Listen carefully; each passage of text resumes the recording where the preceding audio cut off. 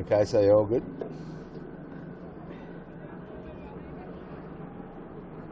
Yeah, you got to press that for a go. Okay, it'll probably take a few seconds of streaming. Sounds interesting.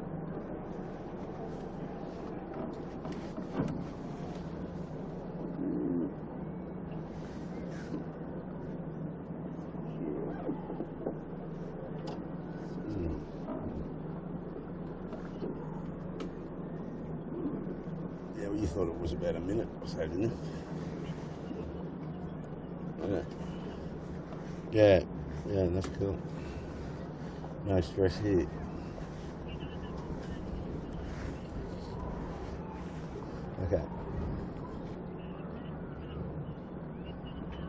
Okay, we're on. Okay, folks, welcome back. It's Sunday, the 16th of November, and I've noticed a couple of mows coming on in the cruise in the park. Can't remember who they were, but there's some pretty good-looking mows. Now, Andrew Buckland, we've got a very fruity day on our hands that we know about, but we might have to tell our viewers what you've got coming their way, and we're just about getting blown off the camera cat, so it's going to be one of those days, isn't it? But we've got a lot of wind, and it's coming from the west. So over to you, Bucko. What's your prognosis, or what you've read or believe in? We've got the camera on David Witt in the Smeg at the moment. David's fearless in these conditions, as you're probably aware. And all these boats have got their deep, what they call the deep reef. And if you look at the top of the mast, you'll see the mainsail has been reefed down about, I'd say that's about 2 foot. Okay, now there's a little gully raker. That is what they're up for today. A difficult one. Oh dear, they've saved it. But it's not over yet, and we're probably in the firing line. So that's what we're in for, folks. Getting out of this beach with all these squalls coming through Double Bay is going to be way tricky, and not much you can do about it as a crew. You just got to be ready to keep the boat upright. As you're watching now, David's got it. He's got a bearway coming up here at high speed, and off he goes. So that'll settle him down. Just got to avoid that moored yacht. He's into the mooring field. So this is way interesting. So he's the first one out. The rest of them would have watched that. So I'm not sure who the next one is. We've got Johnny Winning just stood the Andu up. Same sort of rig. Second big deep reef in the main. Fisher and Paykel. Mr. Flannery, I forgot his name, but he's a good old skiff sailor. He's been doing well in this fleet, just near come of this year. He's taking it on. I think Michael Coxon is rigged and ready to go back. Who else did you find out there? We think we might be just down to 5 stars. Snag at the scene, Pure Blonde, Fisher and Paykel, Yandu, and Furlough Fisher Lawyer.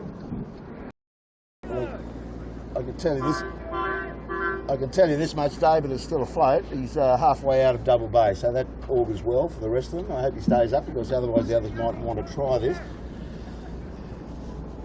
What is that person trying to say on the beach there? He's trying to advise us that he thinks that they're the only pictures we might get today. Oh, that's very handy. What's that, the Commodore? Yeah, I think so. Yeah. So obviously he's not starting. No, possibly not. But there'll be probably 5 starters, so we'll have some footage. So what was supposed to happen today, it's the Chris Webb Memorial 3-Buoy Challenge. It's going to be a handicap event. The ferry's got a few punters on it. It's just left the dock. So not sure what we should do here. I think we'll just sit tight. David's still trying to get out of Double Bay. Once they get out there, they'll probably sort of at least get a feel for it and be able to at least sail their boats and control their boats. It's blowing probably up to 30. Bucko, what was your call on that? Yeah, I think it's a pretty clear indication that the breeze probably going to average around and above 25 knots, and just a low pressure cell located about 170 miles south of Sydney this morning, just coming up the coast. Another low pressure cell in Brisbane. We've got some pretty good southwest flow between those two. In Sydney itself, the breeze expected to be almost due south around sort of the end of the race time or a bit after the end of the race time. So the breeze spinning a little bit towards the south. Probably not building too much, but expected to build later on tonight. Righto, well what we'll do is David's the only one that we might get out. It might be the only thing we get to look at today, so we'll get out there quickly. You can see them just in front of us. They're all chasing them now. Get up alongside them and get some visual. Depends on how much petrol they got on their tanks. Okay, doesn't it? I mean, you don't want to have too many capsizes in a day like this.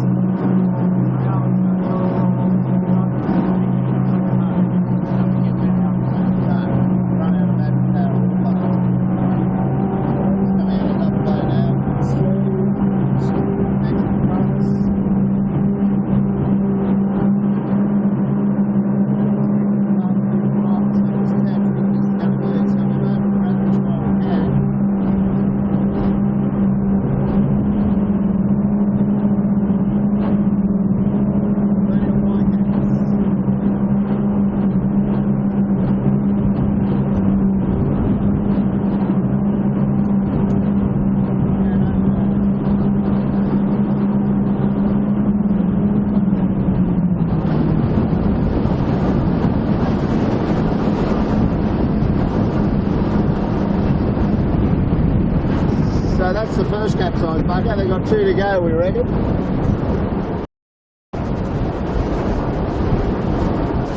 Or I'll turn around.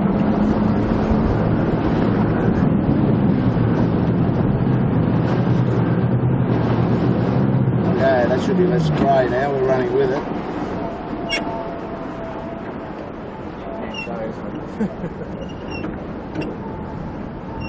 This could be the shortest live stream of an 18-foot skiff event you're ever going to see, folks. But yeah,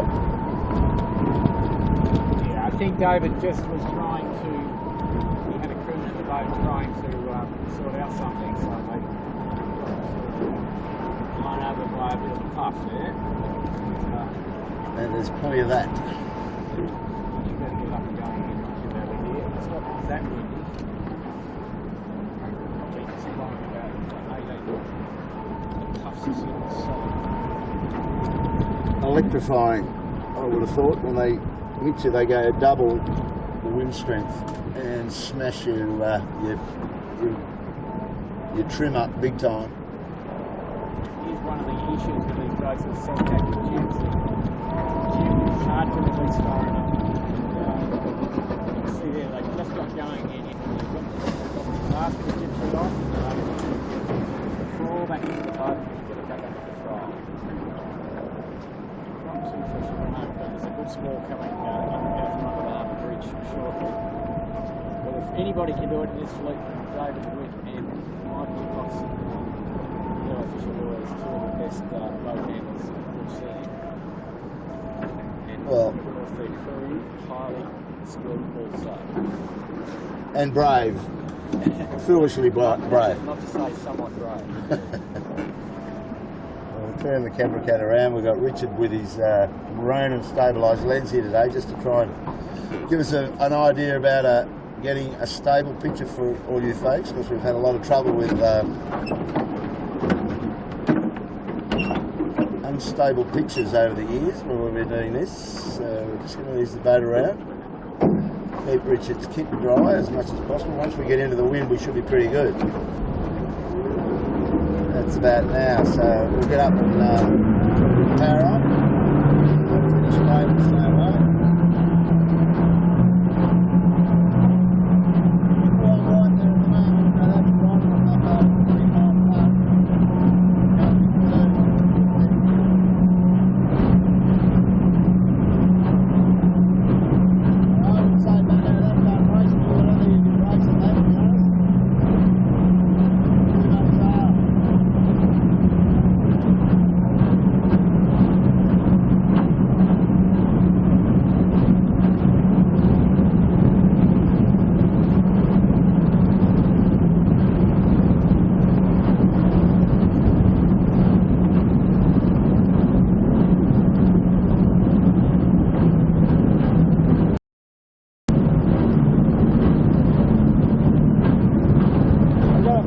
Bucko, David Whitney's guys will go up here instead of shoot for no other reason than just to have a ride.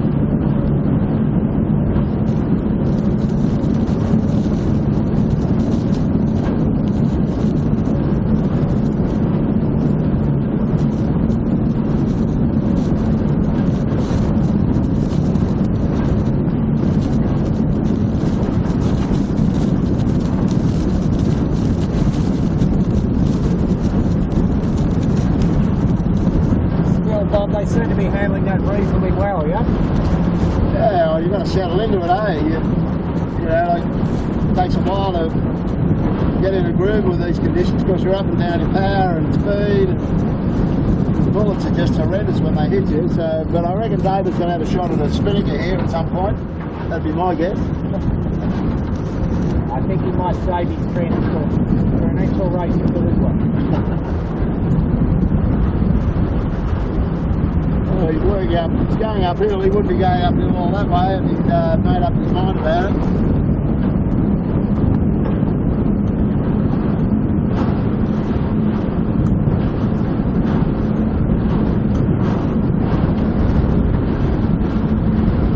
Very fruity Sunday afternoon, 16th of November. One on the race course at the moment, or heading towards the start area where it may probably not start, but anyway, we'll hang around, we'll do our best for another few minutes, see if anybody else gets out here. It's probably unlikely. But anyway, you never know. They'll take a few brave pills. Hold Bible on them or not them out.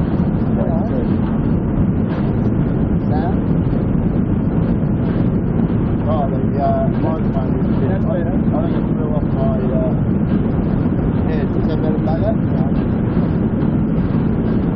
I'm just saying the other guys might need a whole bottle of Brave pills to take this on.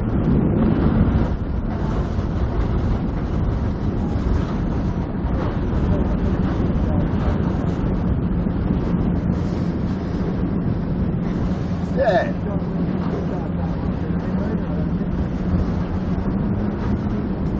We'll just try and keep the spray down as we turn the Position up here near Fort Denison. You can see that David.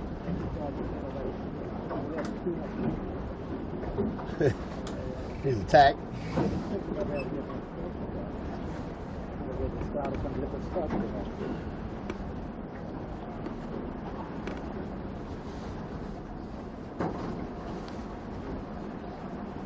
Well, degree of difficulty today, Andrew Buckland, is probably a 10 out of 10, I would have thought.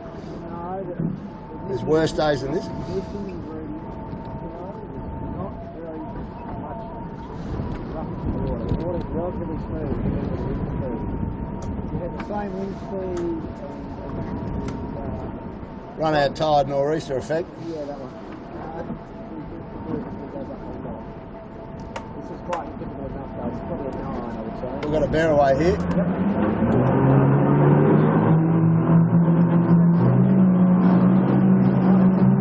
There goes the shoot.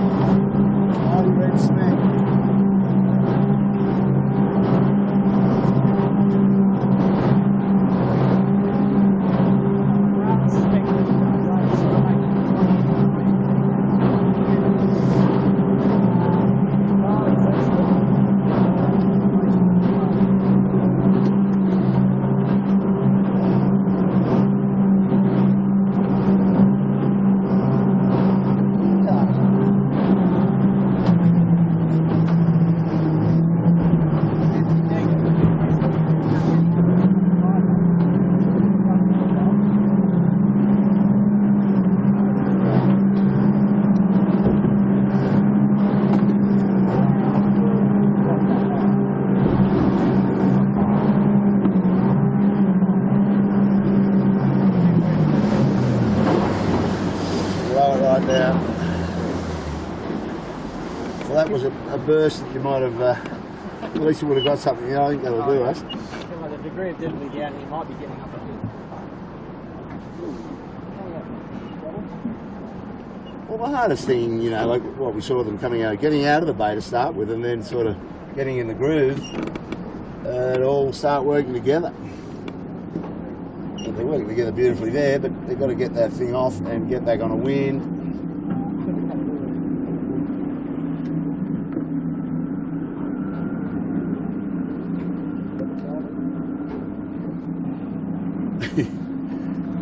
They probably haven't too much fun. They should start knocking it off soon, a long way back from down there. Well, I think he thinks the start one might be about where we are, but here we go.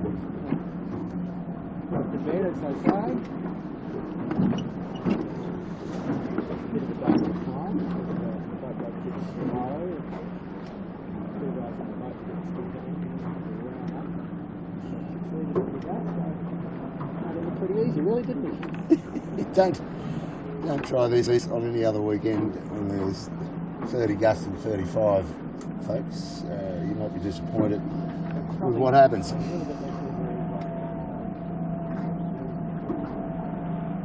I don't see any other stars. No. It's a blank sheet looking back at Double Bay. And I don't see the starters boat, Dougie Cameron's team, rushing out here to lay a line. Perhaps we could ring and tell them that the breeze is fading a bit, and we're actually now in a bit of wind which is not even 12 knots. Well, that's the thing. That's the hard part. Well, it looks eminently sailable where we are at the moment. Well, it's just that uprange part of it.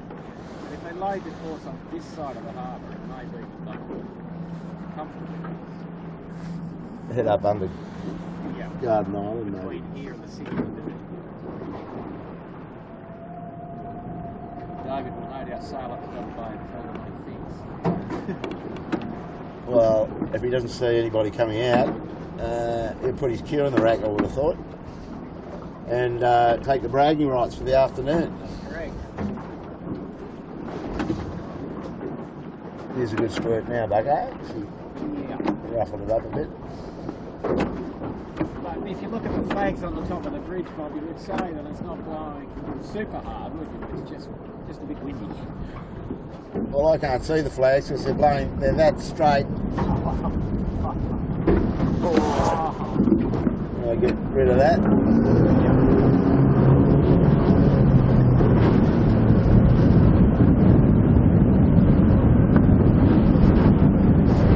One way to go, or two ways to go on the side of conditions, is straight in or straight down it.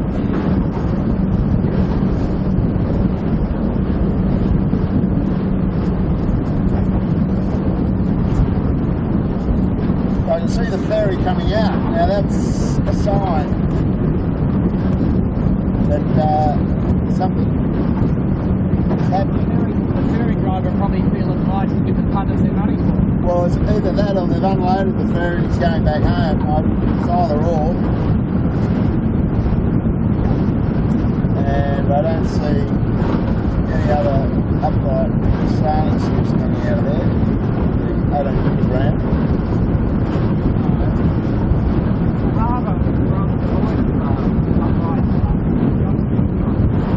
Well, there's not a sail to be seen other than the red sail that's speed right now.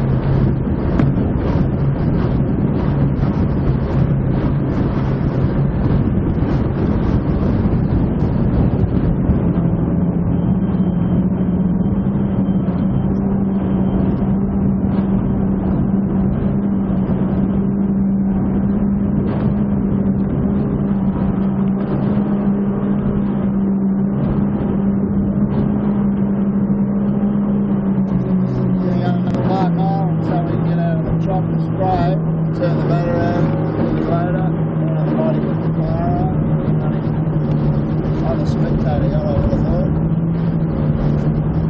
Very fresh. Go back into Double Bay and see what's going on. No sign of anything yet.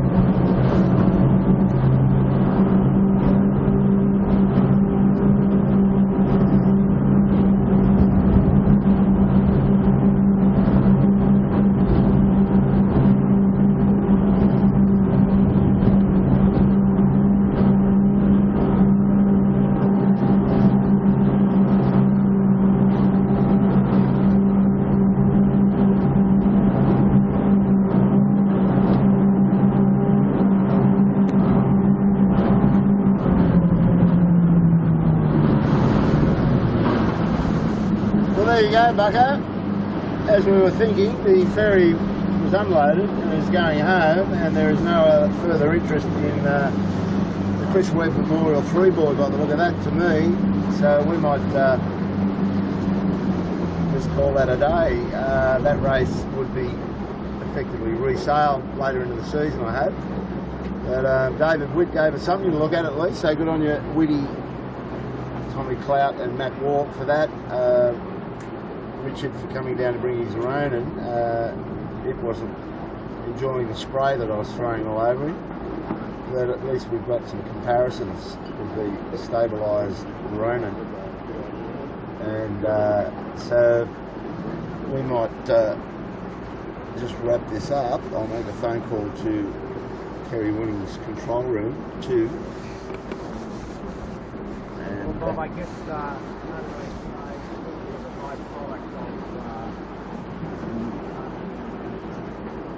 yeah, correct. Back in the old days when men were wearing them in the race, but basically. No, well that's come about by they're trying to keep the cost down, isn't it? I mean, and as the years have gone by with two rigs, they've just developed the rigs. They've just become more powerful with the square tops. So they've ended up in a pretty tough situation. Kerry Winning in control room 2. We're prepared to shut this down now. In about, you'll probably hear us finish the sign off, but if you could do. So we're about to shut down the live stream. So just stand by for us if you would. Copy that. That would be, we're going to shut down the live stream. Can you turn off the live stream for us? Give me a minute. Okay, we'll turn it off now and we'll just say goodbye. Yep.